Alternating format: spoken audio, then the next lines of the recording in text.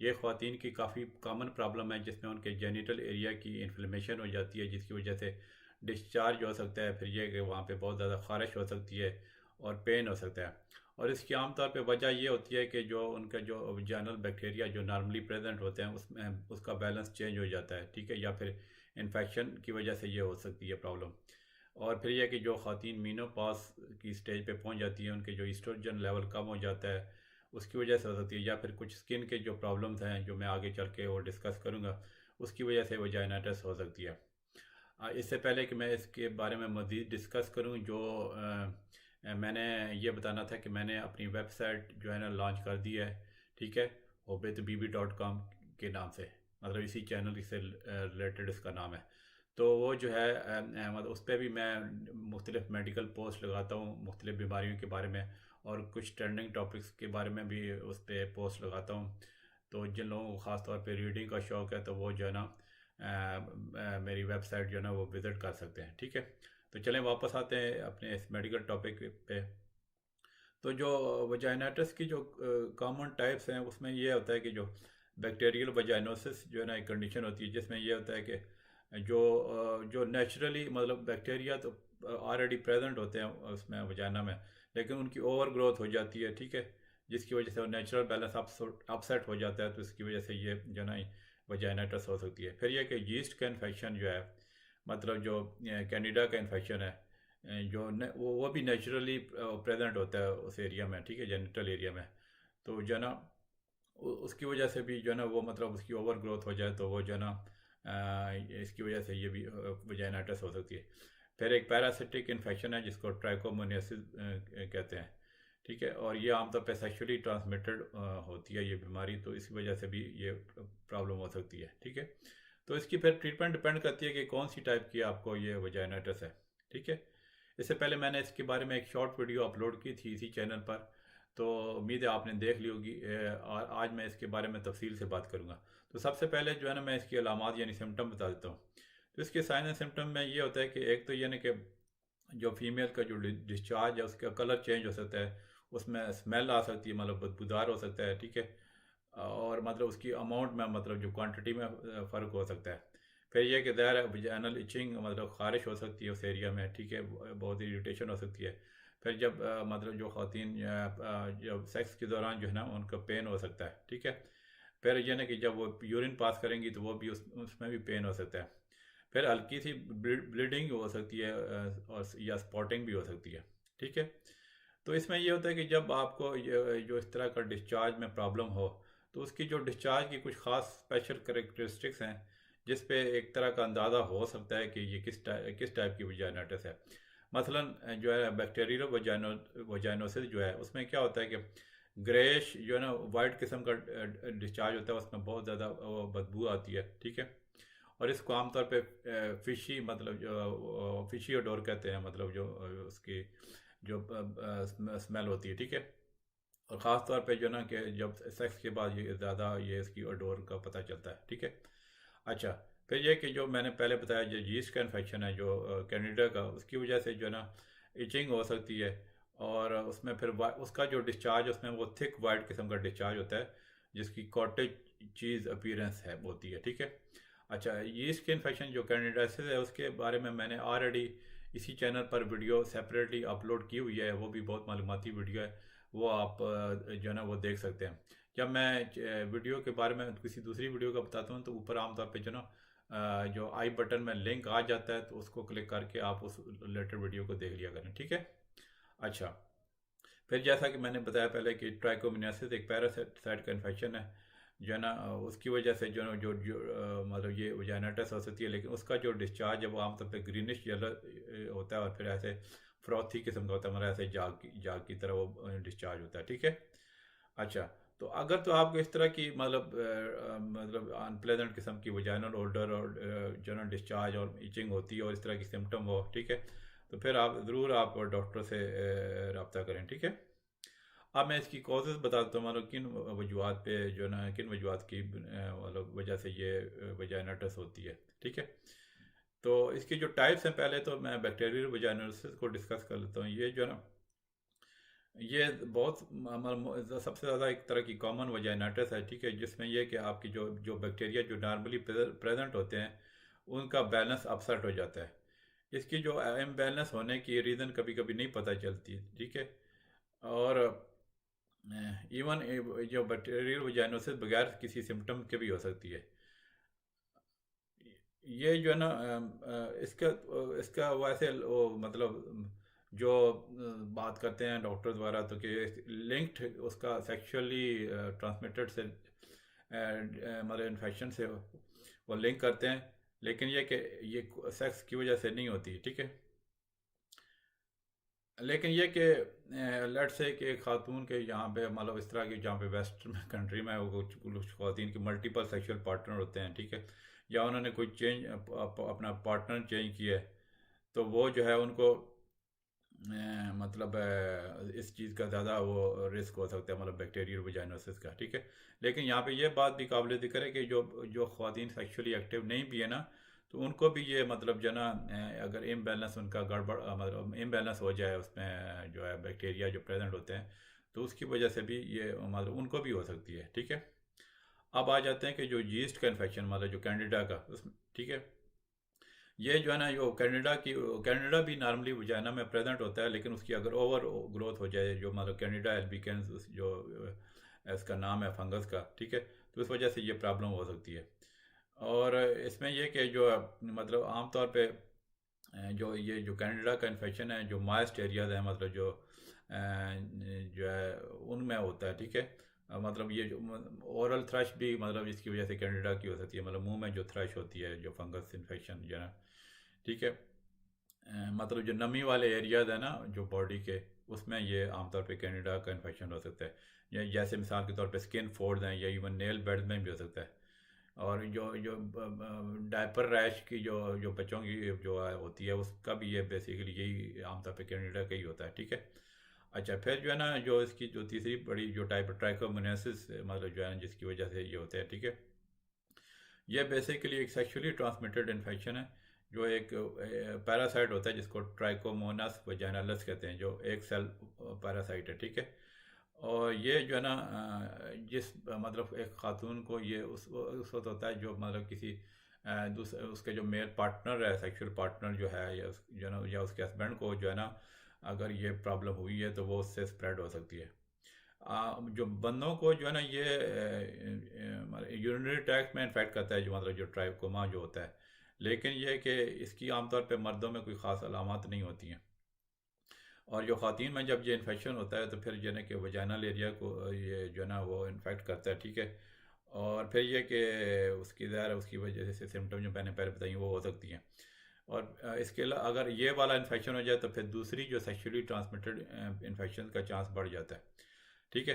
अब मैं कुछ आपको बताता हूँ कि कुछ विजाइनाटस की मतलब जो वजाइनल एरिया की इन्फ्लेमेशन की कुछ और रीज़न भी हो सकती हैं, ज़रूरी नहीं है कि इन्फेक्शन हो।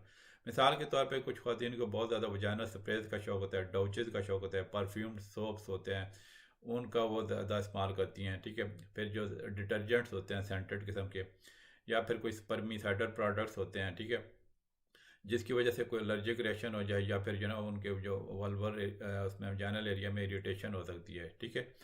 फिर यह कि अगर कुछ फॉरेन ऑब्जेक्ट्स हैं जैसे मिसाल के तौर पर टॉयलेट पेपर या फिर अगर उनके वो टैम्पून जो है ना अंदर रखे हुए हैं वो भूल जाएं, ठीक है, तो इसकी वजह से जो ना वजाइनल एरिया की इरिटेशन हो सकती है, ठीक है।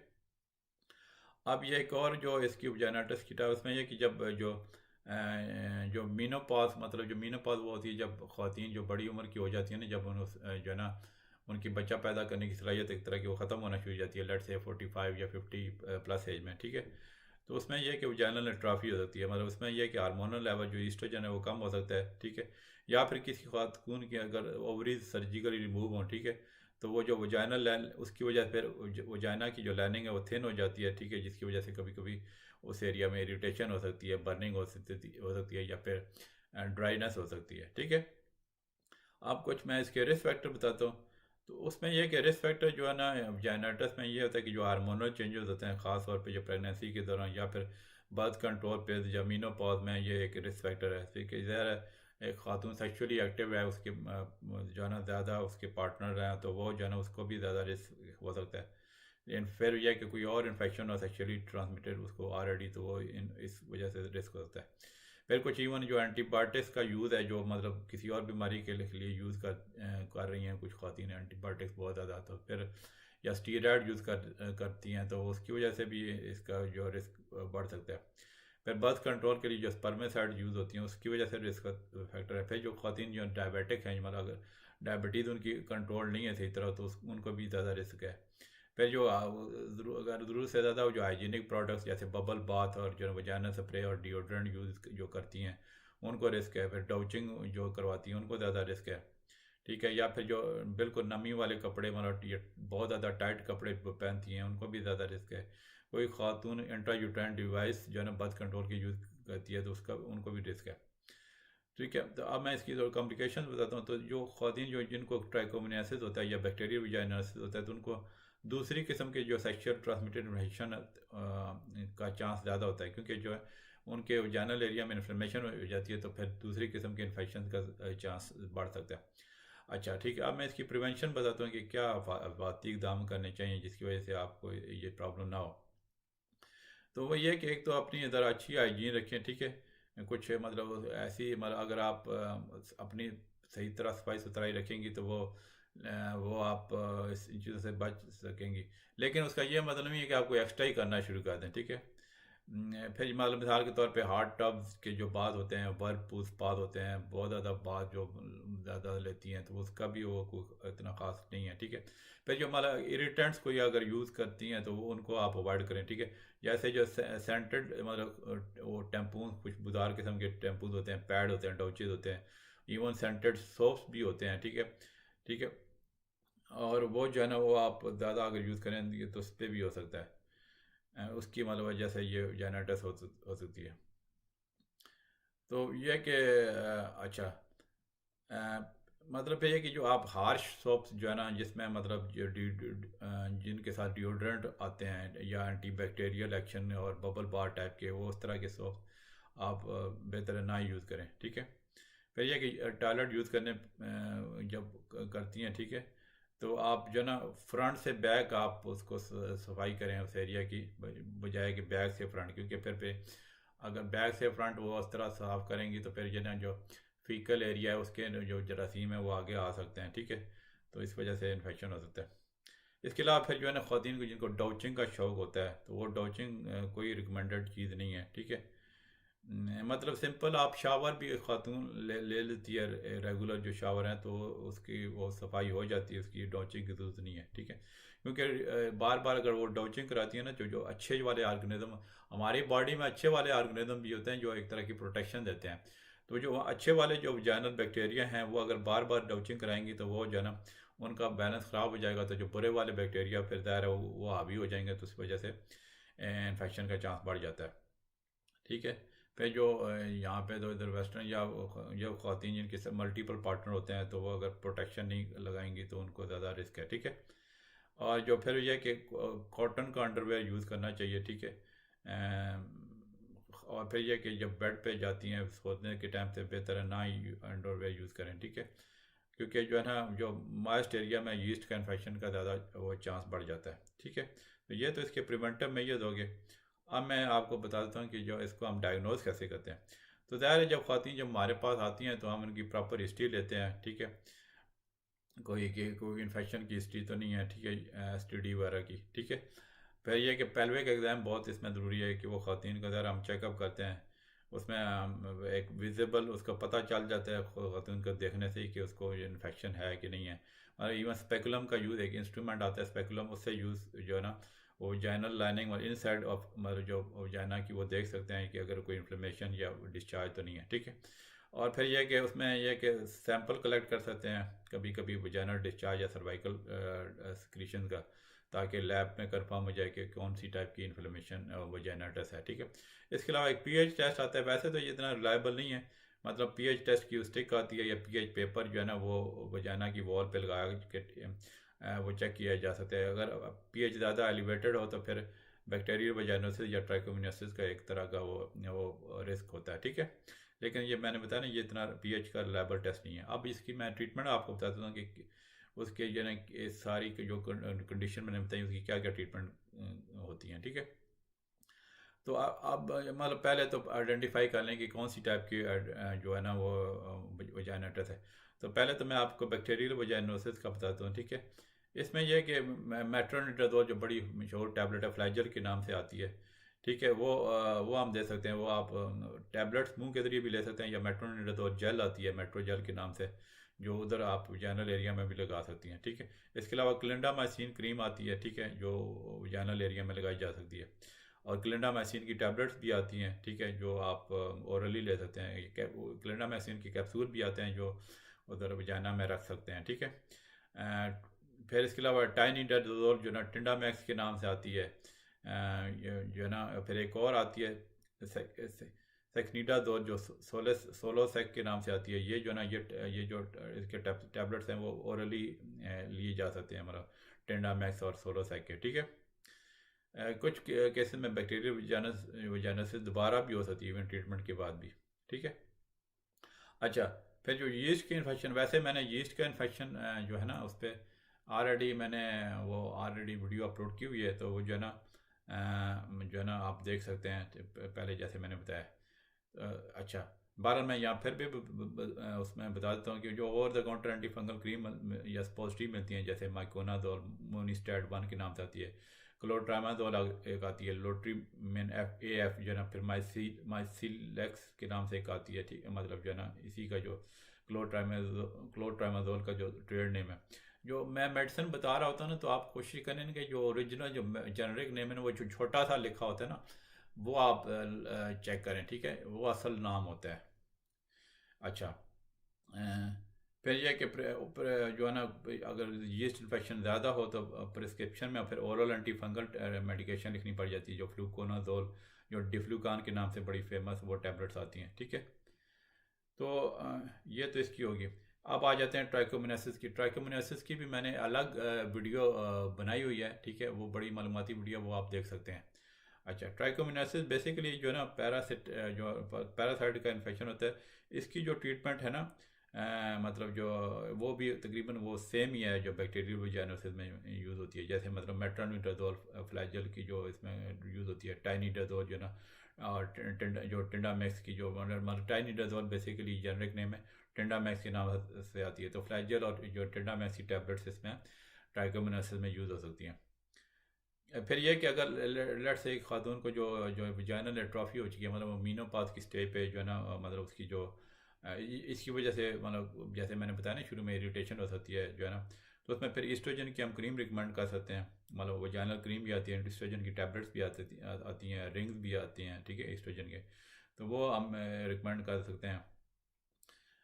और फिर ये कि इसके अलावा फिर जो नॉन इन्फेक्शस जो वजाइनाइटिस होती है, मैंने बताया ना, जैसे कुछ एलर्जिक केसेस भी हो जाते हैं या इरिटेंट्स होते हैं, उसकी वजह से भी हो सकते हैं। तो उसको फिर यह कि जो जो भी मैंने इरिटेंट्स पहले बताए हैं, अब दोबारा रिपीट करने की जरूरत नहीं, वरना वीडियो लंबी बहुत हो जाएगी। तो उसको जो भी इरिटेंट्स हैं जिसकी वजह से भी मतलब जो सोर्स है कि वजाइनल उसमें एरिया में की इरिटेशन होती है, तो ज़ाहिर है उन अगर इरिटेंट से परहेज़ करेंगे, ठीक है। जैसे मतलब बहुत ज़्यादा जो जो उस तरह के जो मतलब लॉन्ड्री डिटर्जेंट है, सैनिटरी नैपकिन और टैम्पून कुछ भूल जाती हैं, ठीक है, जो सोप जिनके बहुत ज़्यादा उसमें एंटी बैक्टीरियल और बहुत ज़्यादा सेंटेड सोप इस तरह के यूज़ जो करती हैं, मतलब जो मैंने पहले बताए हैं, तो वो जो है ना उन चीज़ों से अगर आप परहेज़ करेंगी तो वो आप इस वजाइनाइटिस से बच सकती हैं। तो ये थी जनाब मेरी वीडियो वजाइनाइटिस के बारे में। तो मुझे उम्मीद है इसकी वीडियो आपको पसंद आई होगी। तो इसके बारे में अगर आपके कोई क्वेश्चन है, वैसे तो मैंने जैसे बताया ना कि जो सेपरेट वीडियो ट्राइकोमोनासिस और उसके जो है ना जो है ना कैंडिडाइसिस पे अलग से बनाई है, तो वो आप सेपरेट वो आप वीडियो अलग से देखें इस वीडियो के साथ, तो फिर आपको बहुत ज़्यादा चीज़ों को जो है ना वो समझ आ जाएगी, क्लियर हो जाएगी, ठीक है।